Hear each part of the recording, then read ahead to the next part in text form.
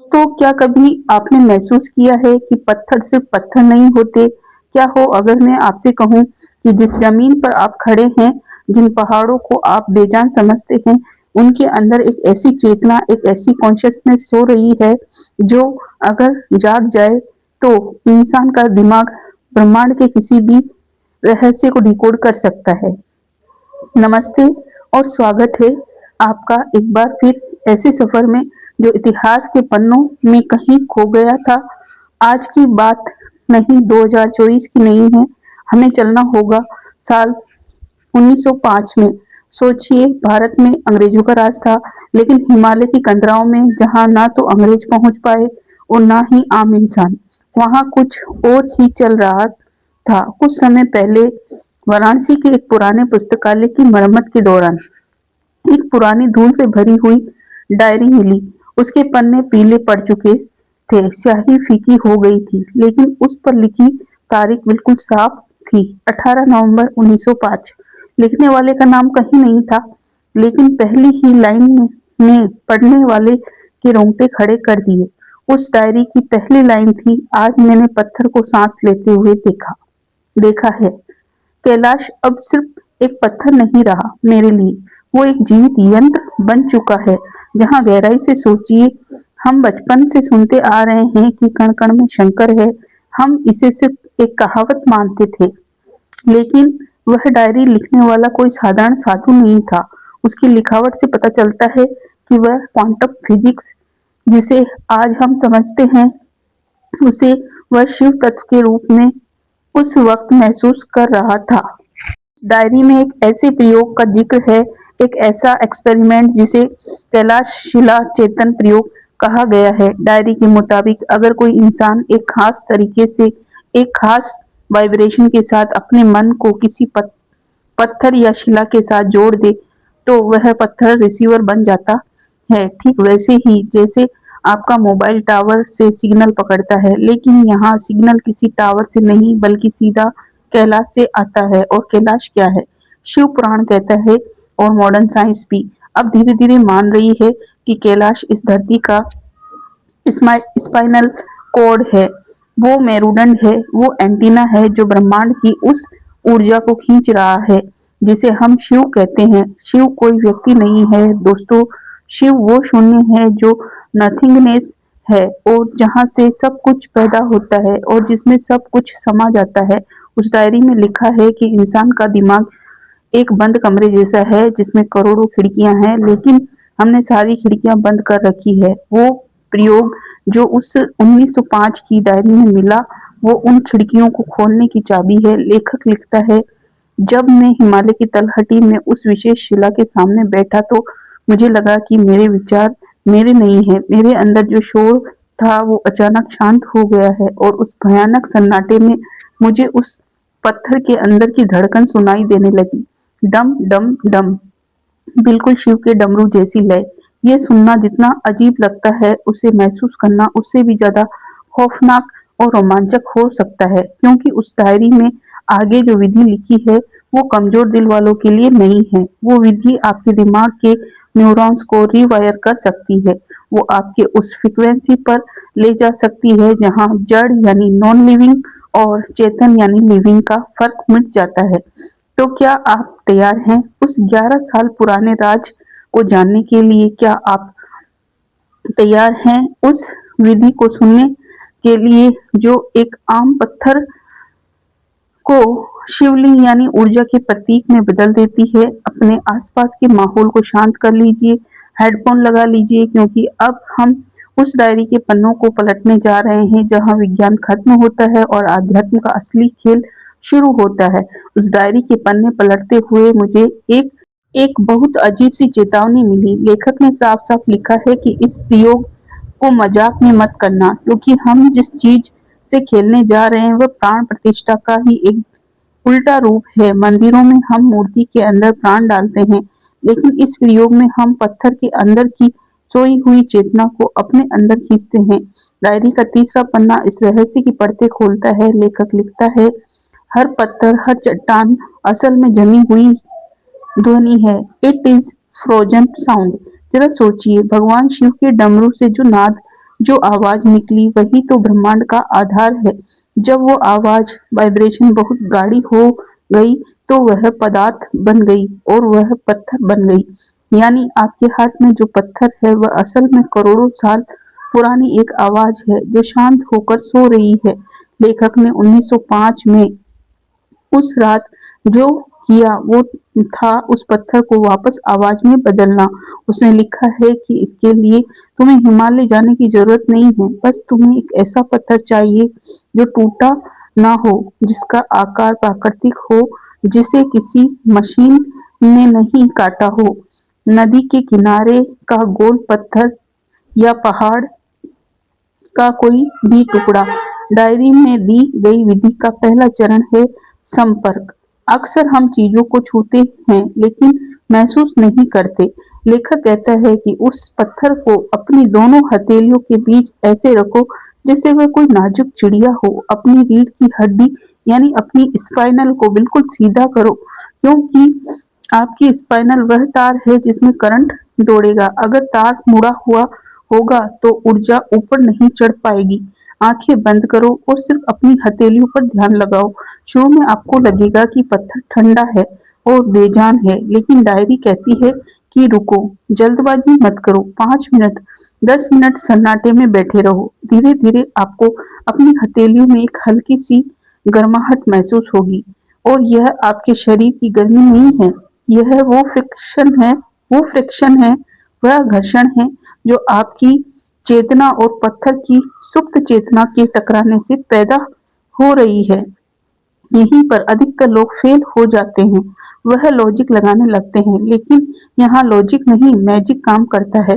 वो मैजिक जो शिव के विज्ञान भैरव तंत्र में छिपा है।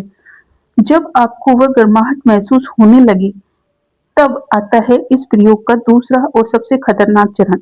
डायरी में इसे नाम दिया गया है लयबद्धता, यानी सिंक्रोनाइजेशन। लेखक ने डायरी में बड़े ही सुंदर शब्दों में लिखा है, पत्थर की भी सांस चलती है, बस उसकी गति इतनी धीमी है कि इंसान उसे पकड़ नहीं पाता। एक पत्थर एक सांस लेने में शायद 100 साल लगाता होगा। अब आपको अपनी सांस को उस पत्थर की खामोशी के साथ जोड़ना है। ये सुनने में मुश्किल लगता है, लेकिन डायरी में इसकी एक ट्रिक बताई गई है। अपनी सांसों को गहरा करो, इतना गहरा कि सांस लेने की आवाज खुद आपको भी ना आए। कल्पना करो, विजुअलाइजेशन करो कि जब तुम सांस अंदर ले रहे हो तो तुम उस पत्थर की सारी ऊर्जा, उसकी सारी यादें, उसका सारा इतिहास अपने अंदर खींच रहे हो, और जब तुम सांस छोड़ रहे हो तो अपनी चेतना, अपना मैं, अपनी अवेयरनेस और उस पत्थर के अंदर डाल रहे हो। ये एक तरह का एक्सचेंज ऑफर है। तुम उसे जीवन दो और वह तुम्हें ज्ञान देगा। डायरी के पन्ने बताते हैं कि करीब 20 मिनट तक लगातार इस तरह ध्यान करने के बाद लेखक को एक झटका लगा। उसे लगा जैसे उसका शरीर पत्थर का होता जा रहा है और वह पत्थर सांस लेने लगा है। यह वह पल होता है जब आपका कॉन्शियस माइंड यानी चेतन मन हार मान लेता है और सबकॉन्शियस यानी अवचेतन मन का दरवाजा खुल जाता है। उस वक्त 1905 की उस ठंड में लेखक को अपने कानों में एक गूंज सुनाई दी। वो गूंज किसी इंसान की नहीं थी, वो गूंज थी ओम नमः शिवाय की। लेकिन यह वो ओम नहीं था जो हम मुंह से बोलते हैं, यह वो अनहद नाद था जो ब्रह्मांड में हर वक्त गूंज रहा है। लेखक ने लिखा है, मुझे ऐसा लगा जैसे मैं अब एक गुफा में नहीं बैठा हूँ, बल्कि मैं खुद कैलाश पर्वत का एक हिस्सा बन गया हूँ। मेरे सामने का वो छोटा सा पत्थर अब पत्थर नहीं था, वो एक स्क्रीन बन चुका था जिस पर मैं वह सब देख सकता था जो उस पत्थर ने पिछले हजारों सालों में देखा था। दोस्तों, यहाँ पर स्क्रिप्ट थोड़ा गहरा मोड़ लेती है। उस डायरी में एक ऐसी बात लिखी है जो आपको हिलाकर रख देगी। लेखक कहता है कि जब आपकी चेतना पत्थर के साथ एक हो जाती है तो आपके दिमाग की फ्रीक्वेंसी बदल जाती है। आज की साइंस जिसे गामा वेव्स कहते हैं, लेखक ने उसे शिव नेत्र कहा है। उसने लिखा है कि उस अवस्था में उसे वह जड़ी बूटियां दिखाई देने लगी जो मीलों दूर जंगलों में छिपी थी। उसे पता चलने लगा कि किस इंसान के मन में क्या चल रहा है और ये कोई चमत्कार नहीं था, यह बस कनेक्टिविटी थी। जैसे इंटरनेट से जुड़ते ही आपके फोन में दुनिया भर की जानकारी आ जाती है, वैसे ही उस पत्थर के जरिए वो उस कॉस्मेटिक इंटरनेट से जुड़ गया जिसका सर्वर खुद महाकाल है। लेकिन यहाँ एक पेच है, डायरी के आखिरी कुछ पन्नों पर शायद थोड़ी बिखरी हुई है, जैसे लिखते वक्त लेखक ने हाथ कांप रहे हो। वहां लिखा है, इस ऊर्जा को संभालना आसान नहीं है। जब पत्थर की ऊर्जा तुम्हारे अंदर आती है तो वह तुम्हारे अंदर के सारे कचरे को बाहर फेंकने लगती है। तुम्हारा डर, तुम्हारा गुस्सा, तुम्हारी वासना, सब कुछ उबल कर सतह पर आ जाता है। इसलिए इस प्रयोग को कैलाश शिला चेतन प्रयोग कहा गया है, क्योंकि कैलाश का मतलब ही है वह जगह जहाँ सिर्फ क्रिस्टल क्लियर सच रहता है। अगर आपका मन साफ नहीं है तो यह प्रयोग आपको पागल भी कर सकता है। लेखक ने एक चेतावनी दी है, अगर तुम शिव को सिर्फ एक मूर्ति मानते हो तो यह प्रयोग मत करना, लेकिन अगर तुम मानते हो कि शिव ही वह ऊर्जा है जिससे एटम और मॉलिक्यूल बनते हैं, तभी इस रास्ते पर आगे बढ़ना। उसने डायरी में उस रात के बाद का जिक्र किया है। वह लिखता है कि प्रयोग खत्म होने के बाद जब उसने आंखें खोली तो उसे दुनिया वैसी नहीं दिख रही थी जैसी पहले थी। हर चीज में, पेड़ में, पौधे में, यहाँ तक कि हवा में भी उसे एक पैटर्न दिखाई दे रहा था, एक ज्यामिट्रिक पैटर्न, सब कुछ एक दूसरे से जुड़ा हुआ। अब सवाल ये आता है कि 1905 की ये डायरी हमें आज 2024-25 में क्या सिखा रही है? क्या हमें जंगलों में जाकर पत्थर उठाकर बैठ जाना चाहिए? नहीं दोस्तों, यह डायरी हमें इशारा कर रही है कि हमारे दिमाग की उस क्षमता की तरफ जिसे हमने लॉक कर दिया है। तो वो पत्थर तो बस एक माध्यम था, एक मीडियम था। असली शक्ति तो उस ध्यान में थी, जो उस पर फोकस में थी, जो एक बिंदु पर टिक गया था। आज के समय में हमारा मन एक बंदर की तरह है, कभी यहाँ कभी वहाँ। लेकिन अगर हम दिन में सिर्फ 10 मिनट भी किसी एक चीज पर, चाहे वह पत्थर हो, मोमबत्ती की लो हो, या सिर्फ अपनी सांस हो, अपनी पूरी चेतना, अपनी पूरी कॉन्शियसनेस डाल दे, तो हम भी उस शिव तत्व को महसूस कर सकते हैं। उस डायरी में लेखक अंत में लिखता है, जब तुम पत्थर को भगवान मानकर पूजते हो तो तुम पत्थर को नहीं बल्कि अपनी ही श्रद्धा को पूजते हो, और वही श्रद्धा उस पत्थर में जान डाल देती है। ये क्वांटम फिजिक्स है भाई। ऑब्जर्वर इफेक्ट, देखने वाला ही दृश्य को बदल देता है। जब आप प्यार और विश्वास से उस पत्थर को देखते हैं तो आप उसके मॉलिक्यूलर स्ट्रक्चर को नहीं, लेकिन उसकी ऊर्जा को बदल देते हैं। तो क्या आप तैयार हैं अपने अंदर के उस शिव को जगाने के लिए? आपको किसी पहाड़ पर जाने की जरूरत नहीं है। आपके घर के गमले में वह पड़ा पत्थर, या आपके शोकेस में रखा वो क्रिस्टल, सब कुछ इंतजार कर रहा है। बस जरूरत है तो आपके कनेक्शन की। याद रखिए, शिव कहीं बाहर नहीं है। शिव वह सन्नाटा है जो आपके दो विचारों के बीच में होता है। उस सन्नाटे को पकड़िए। उस 1905 की डायरी का सार यही है, जड़ में भी चेतन है और चेतन में ही शिव है। इस कहानी को खत्म करने से पहले मैं चाहती हूँ कि आप एक छोटा सा एक्सपेरिमेंट अभी करें। सिर्फ 10 सेकंड के लिए अपनी आंखें बंद करें, अपने आसपास की आवाजों को भूल जाएं और कल्पना करें कि आप कैलाश पर्वत के ठीक सामने खड़े हैं। ठंडी हवा आपके चेहरे को छू रही है और सामने वह विशाल काला पर्वत खड़ा है। महसूस करें कि वह पर्वत सिर्फ मिट्टी और पत्थर नहीं है, वह एक जीता जागता विशालकाय शरीर है। और अब मन ही मन ओम का उच्चारण करे। आवाज गले से नहीं, नाभि से आनी चाहिए। अगर आपने इस शिद्दत से किया तो आपको अपनी रीढ़ की हड्डी में एक सिहरन महसूस होगी, और यही वह करंट है दोस्तों जिसकी बात उस डायरी में की गई थी। 1905 में मिले उस चेतन रहस्य ने यह साबित कर दिया है कि भारत का अध्यात्म विज्ञान से सदियों आगे था।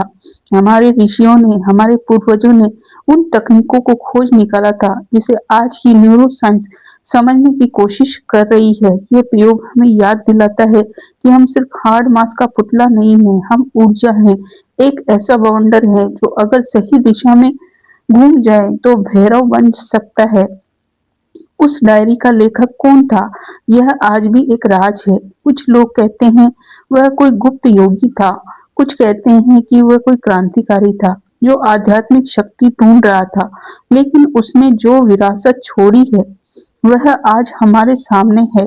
तो अगली बार जब आप किसी पत्थर को देखें, किसी नदी को देखें, तो उसे बेजुबान समझने की गलती मत करना।